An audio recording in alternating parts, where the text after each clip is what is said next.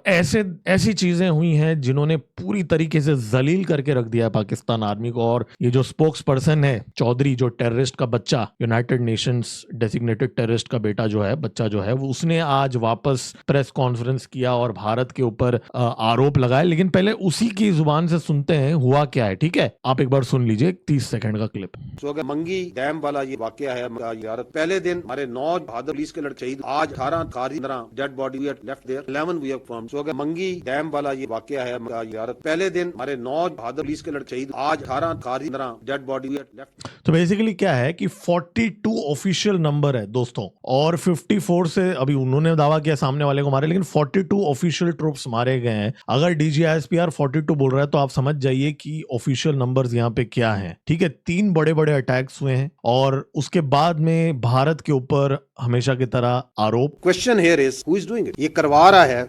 करवा रहा है वो कुव्वतें, वो एनिमी कुव्वतें हिंदुस्तान के साथ, जिनको पाकिस्तान की खुशहाली और स्टेबिलिटी, जिनको पाकिस्तान की इज्जत बर्दाश्त नहीं है। पाकिस्तान का भी इज्जत है क्या? खुशहाली भी है पाकिस्तान में? खुशहाली है क्या? And they are using territories under the control of this illegitimate Afghan Taliban. Bharat Afghan Taliban regime का टेरिटरी इस्तेमाल कर रहा है, इलेजिटिमेट तालिबान का। तो मतलब यहाँ पे पाकिस्तान तालिबान को इलेजिटिमेट बोल रहा है।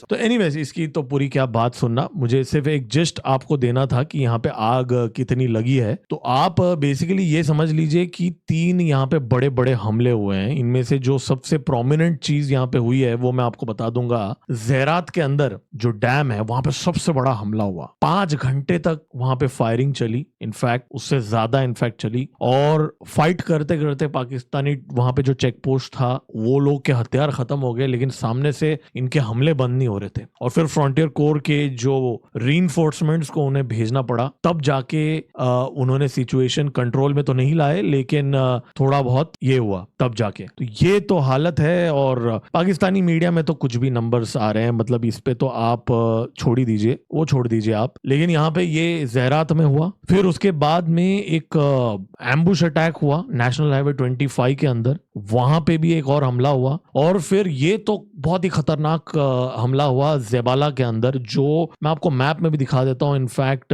ये देखिए, ये जो है लसबेला जो है उसके पास यहाँ पे एक हमला हुआ है, कराची के पास। तो अभी यहाँ पे ये वाला जो हमला है उस पे तो आप देखेंगे तो एक कॉन्वॉय जा रहा था। कॉन्वॉय में आगे की गाड़ी पे पहले इन्होंने हिट कर दिया, पीछे की गाड़ी पे हिट कर दिया, ट्रैप कर दिया सोल्जर्स को बीच में, और फिर बीच में आराम से इत्मीनान से मारा। फिर उनकी हथियारों को भी लूटा, हथियारों को लूट लिया। मतलब इससे जिल्लत वाली बात क्या हो सकती है किसी आर्मी के लिए? ये तो 3 बड़े बड़े अटैक्स हो गए ऑलमोस्ट पिछले 4 दिन के अंदर। और आज भी माना जा रहा है 20 से ज्यादा पाकिस्तानी ट्रुप्स किडनैप किए गए हैं बलोच लिबरेशन आर्मी के द्वारा। जी हाँ, तो आप सोचिए, ये एक ऐसी फोर्स है जो पूरी तरीके से इनका मोरल डाउन तो आप छोड़ ही दीजिए, किस लेवल का ये क्या होगा। राइट, ज़ेरात का थोड़ा वीडियो भी देख लेते हैं, ये देखिए। और उसके बाद में जो उनके फैमिली मेंबर्स थे ट्रुप्स के, वो लोग ने अपने ही बच्चों का और उनका डेड बॉडी को जो पाकिस्तान आर्मी के जो लोग वहां आए उनके पास आने नहीं दिए। तो ये तो ट्रस्ट है वहां पे लोकल लोगों का। और फिर हाईवे के ऊपर भी हमले हुए, कुछ और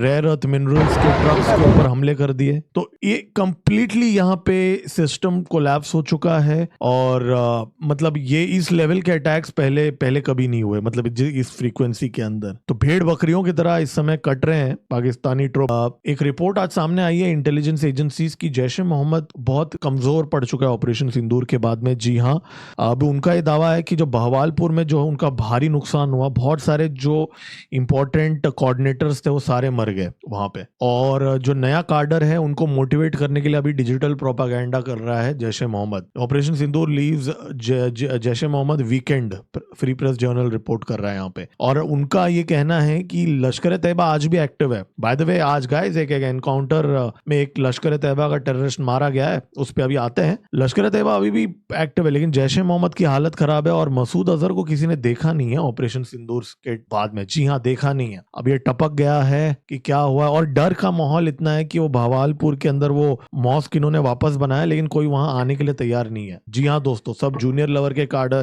कार्डर वहां घूम रहे हैं, जो सीनियर वाले कोई नहीं आने के लिए तैयार नहीं है। और अब इतने डिमोरलाइज्ड है वो कि ऑनलाइन कैंपेन चला रहे हैं ताकि वो 600 कार्डर थे, उनमें से अब सिर्फ 50-100 आ रहे हैं वहां पे मरकाज के अंदर। तो एक बहुत बड़ा सक्सेस है अगर ये रिपोर्ट सच है जो हमारे इंटेलिजेंस एजेंसीज की जो आज आई है। और आज एक बहुत ही खतरनाक चीज भी सामने आई है, ये भी है कि जो शहजाद भट्टी जो है पाकिस्तान का आईएसआई ही है, ये बेसिकली इसको जो फ्रंट में रखा हुआ है इनफैक्ट। तो अब खबर ये है कि दिल्ली में जो 6 लोग अरेस्ट हुए थे कल, डे बिफोर यस्टरडे इनफैक्ट, वो लोगों ने रेकी किया हुआ था आनंद विहार का दिल्ली का आईएसबीटी, न्यू पुलिस लाइंस जो सिविल लाइंस के पास है, एक दिल्ली का रेलवे स्टेशन, और माना जा रहा है कुछ प्रोमिनेंट मार्केट्स। तो दिल्ली के जो प्रोमिनेंट मार्केट जो है, लाजपत नगर भी हो सकता है या कोई भी मार्केट हो सकता है, इन मार्केट्स की रेकी की थी। और वो कुछ ही हफ्तों के अंदर यहाँ पे ग्रेनेड अटैक्स करने वाले थे वहां पे, और उसके लिए पूरा जो सामग्री है, इनफैक्ट उन्होंने पेट्रोल बॉम्ब्स दागने वाले भी थे वो, इनफैक्ट ग्रेनेड ही नहीं पेट्रोल बॉम्ब्स भी, और राजघाट विजय घाट के पास बहुत सारे पेट्रोल बॉम्ब्स बरामद हुए। तो मेरा ये खबर आप लोगों के साथ शेयर करने का रीजन ये है कि आप सोचिए पाकिस्तान अभी भी मुनीर जो है वो टेरर अटैक करने के लिए कंटिन्यूअसली ट्राई कर रहा है हर हफ्ते। तो जो ऑपरेशन सिंदूर का अभी हमने बोला कि जैश ए मोहम्मद डिमोरलाइज हो गया, लेकिन यहाँ पे नया शहजाद भट्टी के गैंग को एक्टिवेट किया जा रहा है, और यहाँ पे पूरा इनका सप्लाई चेन है। पंजाब बॉर्डर पे ड्रोन से पैकेट्स गिरते हैं ड्रग्स के और हथियारों के और बॉम्ब के मटेरियल के, वहां पे लोकल लोग खेतों से उठाते हैं, उसको ट्रांसपोर्ट करके दिल्ली भेजा जाता है। फिर दिल्ली के अलग अलग लोकेशंस पे ये लोग, वहां के जो स्लीपर सेल्स हैं वो लोग उनको रखते हैं, और ये चीजें हर हफ्ते बस्ट हो रही है दोस्तों। सिंदूर 2.0 का रिस्क हमेशा यहाँ पे पाकिस्तान ने रखा है, दुर्भाग्यपूर्ण बात है, लेकिन आज हमारे फोर्सेस के लिए एक बहुत बड़ी सक्सेस हुई है। लश्कर तैयबा के कमांडर को मार डाला गया है, शोपियन के अंदर एनकाउंटर हुई है, और अब दूसरा मिलिटेंट जो है उसका अभी चल रहा है ऑपरेशन, उसको ट्रैक करने की कोशिश की जा रही है। जुलाई 3 तारीख को यह ऑपरेशन शुरू हुआ था मीमंदर एरिया के अंदर, साउथ कश्मीर के अंदर, और वहां पे हमारे जो सिक्योरिटी फोर्सेस हैं उन्होंने इनफैक्ट राष्ट्रीय rifle, CRPF, Jammu and Kashmir police, सब लोग मिलके ये ऑपरेशन इस समय कर रहे हैं यहाँ पे। और ये जो बंदा मारा गया है ये टीआरएफ का बंदा है, लश्कर तैयबा का ऑफशूट है जो है, और ये कुलगम का बंदा था जो पूरा पाकिस्तान जाके ट्रेनिंग वगैरह लेके आया है। अब 55 राष्ट्रीय राइफल्स और 44 राष्ट्रीय राइफल्स और CRPF Jammu and Kashmir police के साथ मिलके इंडियन आर्मी की विक्ट्री फोर्स यहाँ पे डिप्लॉय की गई है। अब दूसरे सुअर को यहाँ पे पकड़ने की कोशिश की जा रही है। तो गेम शुरू हो चुका है। लॉरेंस बिश्नोई गैंग के ऊपर आरोप लगाया गया है कि वो निज्जर जो है, खालिस्तानी टेररिस्ट जो है, उसके ऊपर हमला इन्होंने कराया, इंडिया बेस्ड गैंग्स। और यूएस के इन्वेस्टिगेटर्स ने कहा कि ये जो इंडिया बेस्ड गैंग्स जो हैं, लॉरेंस बिश्नोई जो हैं, वो भारत के जेल के अंदर से ऑपरेट कर रहा है, और patriot, nationalist, deeply religious Lawrence Bishnoi ये चीज कर रहा है। और आज ही के दिन कनाडा की जो सरकार है उन्होंने क्या कहा, आप खुद सुन लीजिए, ये सुन लीजिए। Well, I can comment, David. As you're aware, there's current people in Canada that are facing charges on that, so I can't comment in relation to that investigation. But I can say, as you know, there's ongoing. In relation to this matter today, as stated in the press conference, there's no evidence to suggest that through this organized crime investigation and the charges and the indictment laid forward, that Indian officials were charged or were involved in this investigation. Bharat के officials का कोई भी लेना देना नहीं है निज्जर के killing में, राइट? तो ये जो जस्टिन ट्रूडेयू ने कहा था कि pursuing credible allegation potential link between agent government of India killing Canadian citizen Hardeep Singh Nijjar। ठीक है, तो जो आरोप हमारे देश के ऊपर लगा था वो आरोप आज चला गया, लेकिन अमेरिका ने एक नई गेम शुरू कर दी दोस्तों। अगर आपको ऐसा लग रहा है कि भारत की सरकार को डायरेक्टली यहाँ पे टारगेट नहीं किया जा रहा है तो बहुत बड़ी जीत हो गई। जी हाँ, डेफिनेटली हमारी एक एंगल से देखा जाए तो जीत हुई है, क्योंकि वैन डिक को थोड़ा वहां पे चाबी दिया तो वहां पे अमेरिका से ये चीज आज हुआ। लेकिन अमेरिका ने एक नया गेम भी शुरू कर दिया दोस्तों। ऑपरेशन हार्ड बॉल अनाउंस जो किया था उसमें 37 इंडिविजुअल्स को चार्ज किया गया है, इनमें से ये सारे भारत के ओरिजिन के लोग थे। और आप ये देखिए कि इस समय डायरेक्टली लॉरेंस बिश्नोई का नाम लिया जा रहा है कि वो जेल से काम कर रहा है। इनफैक्ट एफबीआई काश पटेल ने भी ये बात बोला। लेकिन आप अगर गौर करेंगे इसके स्टेटमेंट में इसने एक बात कहा, काश पटेल ने, इसने कहा assassination in Canada of a prominent Indian political and religious figure. तो निज्जर जो है वो Indian political and religious figure है, वो टेररिस्ट नहीं है। जबकि अमेरिका ने खुद ने ये जो निज्जर को नो फ्लाई लिस्ट में रखा था 2019 में, तो ये भी एक हिपोक्रेसी है अमेरिका की। अब यहाँ पे एक और इंटरेस्टिंग चीज आज अमेरिका ने चाल चली, इनफैक्ट इंटरेस्टिंग तो क्या बोलूं, एक चाल चली। पंजाब के एक एसएचओ के ऊपर आरोप लगाया कि $4 लाख उन्होंने मांगे यूएस की एक फैमिली से, लॉस एंजलिस की एक फैमिली से, और उनको कहा कि अगर आप हमें ये पैसे नहीं देंगे तो हम आपके जो रिश्तेदार है पंजाब के अंदर उनको अरेस्ट कर लेंगे, उनके ऊपर झूठा इल्जाम लगा देंगे और उनको अरेस्ट कर लेंगे किसी की हत्या को लेके। जी हाँ, अब एसएचओ